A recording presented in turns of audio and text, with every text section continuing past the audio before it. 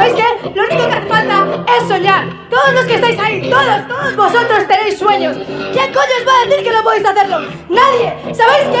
Porque nadie, absolutamente nadie, lo impide. Así que todos los que estáis ahí, salid a la calle. Salid a la calle conmigo. Levantad las manos. Gritad ¿quién lo impide? Porque ¿quién lo impide? ¡Nadie lo impide!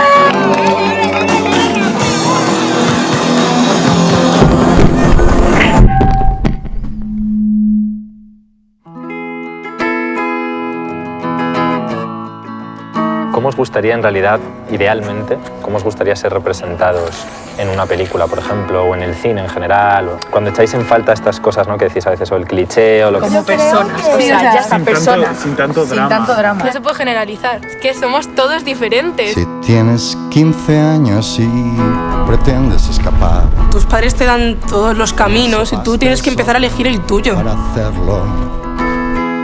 Esto empezó en verdad porque mi madre no quería que me tiñese el pelo y yo dije, pues mira, ni para ti ni para mí, me tiño solo la mitad.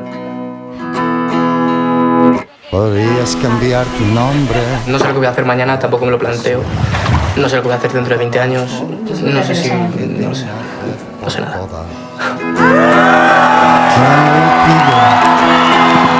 ¿Quién lo impide? ¿Quién lo impide? Serán las hormonas, lo que dicen los científicos, cualquier cosa, pero es lo que siempre dicen los adolescentes, la inseguridad, no sé qué, no sé cuántos. Pues sí, es real, tú también lo has vivido, ¿no? Sí, claro. Sí. Y... Yo soy adolescente todavía, me siento. Toma, porque...